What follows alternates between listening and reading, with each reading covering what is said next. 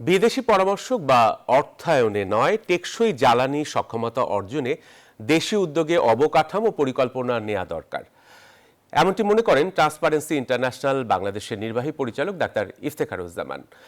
সকালে মিলিটারি মিউজিয়ামে বাংলাদেশ এনার্জি কনফারেন্সে অংশ নিয়ে তিনি এমন মন্তব্য করেন। বলেন, এনার্জি ও বিদ্যুৎ খাতে সংঘবদ্ধ অপরাধ সংঘটিত হয়েছে বিগত সরকারের আমল থেকেই। এখনও তাদের কাউকে কাঠগড়ায় দাঁড় করানো সম্ভব হয়নি। তাই টেকসই জ্বালানি সক্ষমতা অর্জনে মহাপরিকল্পনা নিতে হবে সরকারকেই।